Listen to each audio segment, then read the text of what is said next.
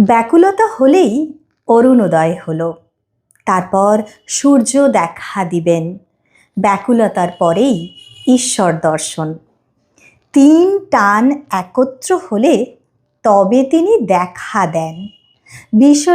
বিষয়ের উপর, মায়ের সন্তানের উপর, আর সতীর পতির উপরে টান।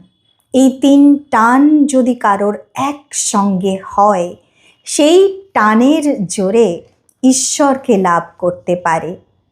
কথাটা এই, ঈশ্বরকে ভালোবাসতে হবে। মা যেমন ছেলেকে ভালোবাসে, সতী যেমন পতিকে ভালোবাসে, বিষয়ী যেমন বিষয় ভালোবাসে। এই তিনজনের ভালোবাসা, এই তিন টান একত্র করলে যতখানি হয়, ততখানি ঈশ্বরকে দিতে পারলে তার দর্শন লাভ হয়। ব্যাকুল হয়ে তাকে ডাকা চাই। বিড়ালের ছানা কেবল মিউ মিউ করে মাকে ডাকতে জানে। মা তাকে যেখানে রাখে সেইখানেই থাকে। কখনো হেসেলে, কখনো মাটির উপর, কখনো বা বিছানার উপর রেখে দেয়।